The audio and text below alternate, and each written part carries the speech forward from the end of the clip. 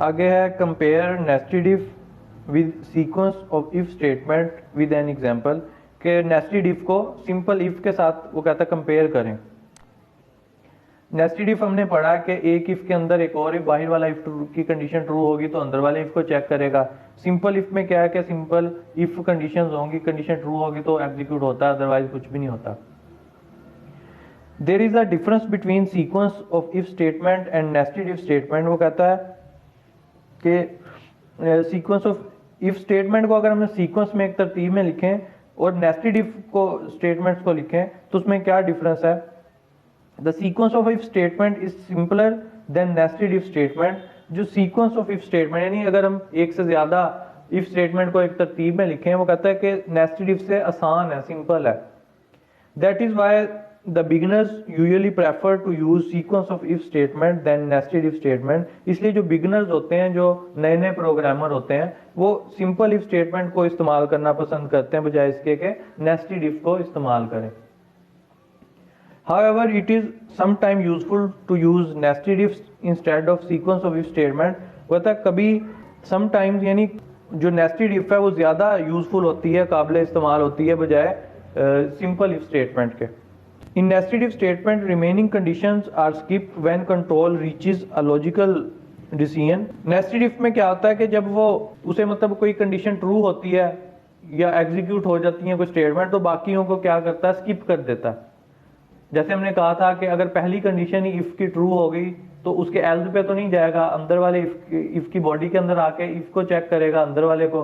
अगर उसकी condition true हुई तो उसकी स्टेटमेंट एग्जीक्यूट कर देगा, अदरवाइज उसे स्किप करके उससे अगर उसके एल्स को प्रिंट करवा देगा।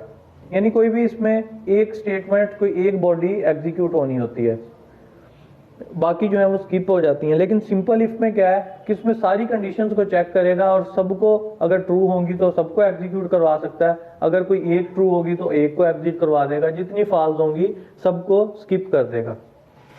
यानी सिंपल इफ के अंदर अगर हमने 10 कंडीशंस लगाई हैं, अगर 10 की 10 ही ट्रू है तो सबको एग्जीक्यूट करवाएगा, अगर उनमें से कोई एक भी ट्रू नहीं है तो किसी को भी नहीं एग्जीक्यूट करवाएगा। लेकिन जो नेस्टेड इफ है उसमें कम से कम एक जो स्टेटमेंट है, जो एक बॉडी है, वो लाजमी एग्जीक्यूट होनी है और बाकी स्किप हो जानी। In a sequence of if statement all condition are tested in any case. इसमें क्या, कोई भी केस चाहे पहली कंडीशन ट्रू हो गई है, बाकियों को लाजमी चेक करेगा, ऐसा नहीं है कि बाकियों को स्किप कर दे। लेकिन नेस्टेड इफ में ऐसा नहीं है, उसमें जो ट्रू होगी उसके एल्स को स्किप कर देगा और अगर इफ की कंडीशन फॉल्स है तो उसे इफ को की बॉडी को स्किप करके एल्स को एग्जीक्यूट करवा देगा। एग्जांपल क्या है, वो कहता है अगर हम प्रोग्राम एक राइट करें, उसमें चेक करना हो कि नंबर पॉजिटिव है या नेगेटिव है या जीरो है, तो enter number int n, n एक वेरिएबल डिक्लेयर करवाया, print f enter number, message क्या शो होगा, enter number, scan f percent d and n, जो भी यूजर नंबर एंटर करेगा वो एन में आ जाएगा।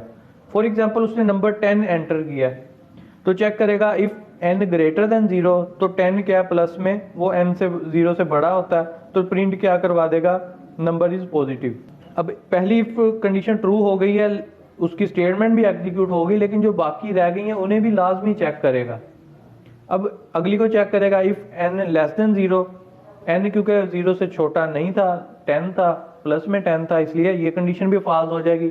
n इक्वल टू 0, n 0 भी नहीं था नंबर जो था वो, तो ये भी कंडीशन फॉल्स हो जाएगी, तो फिर टर्मिनेट करेगा।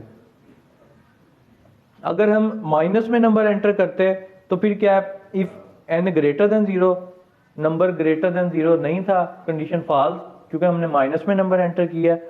If n less than 0, minus में नंबर जो होता है वो 0 से छोटा होता है, कंडीशन ट्रू हो गई, तो प्रिंट क्या करवा देगा, नंबर इज नेगेटिव।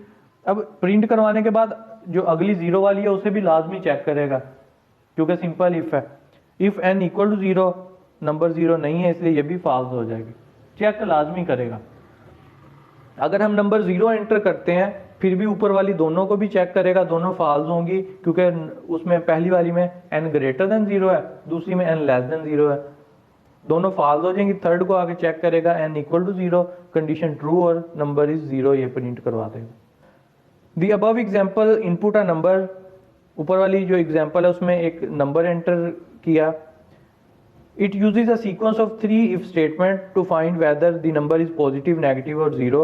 इसमें वो कह रहा है कि 3 इफ स्टेटमेंट लिखी जिसमें हमने चेक करना है कि नंबर पॉजिटिव है, नेगेटिव है या जीरो है। Suppose the user input a positive number, वो कहता है कि हम सपोज करते हैं कि यूजर पॉजिटिव नंबर एंटर करता है, प्लस में नंबर एंटर करता है। The answer is decided in the first if statement as the number is positive. वो कहता है कि पहली स्टेटमेंट में ही डिसाइड हो जाएगा कि नंबर पॉजिटिव है क्योंकि वो जीरो से ग्रेटर है। But the above example will still execute remaining 2 if statement also. लेकिन वो कहते हैं कि पहले कंडीशन में डिसाइड हो गया कि नंबर पॉजिटिव है, लेकिन जो बाकी रह गई हैं 2 स्टेटमेंट्स उन्हें भी लाजमी चेक करेगा और एग्जीक्यूशन को कंटिन्यू रखेगा। It will waste CPU time, इससे क्या है सीपीयू का टाइम वेस्ट होगा। The above situation can be avoided by using nested if statement। वो कहता है कि जो ऊपर वाली स्टेटमेंट है उसमें क्या कि हमने नेस्टेड इफ से अवॉइड किया, इसलिए हमें इससे हमारे सीपीयू का टाइम वेस्ट हुआ। अगर हम इधर ही नेस्टेड इफ यूज करते तो हमारा क्या कि पहली कंडीशन में ही हमारा जो नंबर है वो एग्जीक्यूट हो जाता, बाकी जो है वो स्किप हो जाते।